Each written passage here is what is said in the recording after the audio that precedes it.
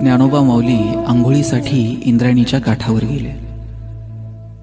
तिथल्या विद्वानांनी आंघोळ तर नाहीच करू दिली, पण तुम्ही संन्याशाची पोरं, तुमच्या आईवडिलांनी धर्म बुडवला, तुम्हाला इंद्रायणीत पाऊल ठेवायचा अधिकार नाही म्हणून हिणवलं. तिथली मुलं तर दगडधोंडे घेऊन ज्ञानोबांच्या मागे लागली.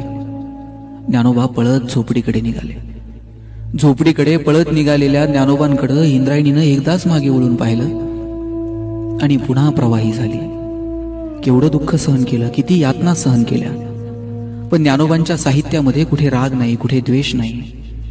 श्रोत्यांसोबत सुखसंवाद साधणारी ज्ञानेश्वरी, शिष्याला मार्ग दाखवणारी चांगदेव पासष्टी, अमृतानुभवाचा आत्मसंवाद तर लोकसंवाद साधणारी अभंग रचना. कधी कधी प्रश्न पडतो, गीतेचा शालू पांघरून ज्ञानेश्वरी सजली की ज्ञानेश्वरीच्या अलंकारानं गीता नटली? ते काही असो, आम्हा सामान्यांसाठी ज्ञानोबा म्हणजे फक्त माऊली. ज्या इंद्रायणीमध्ये लोकांनी ज्ञानोबांना पाऊल टाकू दिलं नाही, ज्ञानोबा झोपडीकडे निघाल्यानंतर ती इंद्रायणी मागे वळून पाहते आणि पुन्हा प्रवाही होते, तीच इंद्रायणी पांडुरंगा समोर हात जोडून म्हणते, देवा, ज्ञानोबा समाधी घ्यायला आता आळंदीत येत आहेत. आता एकच प्रार्थना, ज्ञानोबा आळंदीत आले की त्यांचे पाय फक्त इंद्रायणीला लागू देत. केवढा हा ज्ञानोबांचा मोठेपणा.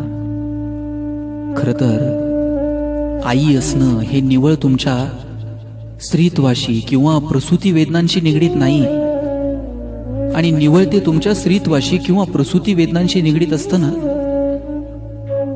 750 वर्ष 21 वर्षाच्या तरुणाला लोक माऊली म्हटले नसते.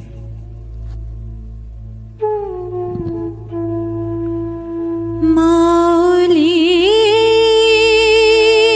गुरु माऊली आमचे ज्ञानेश्वर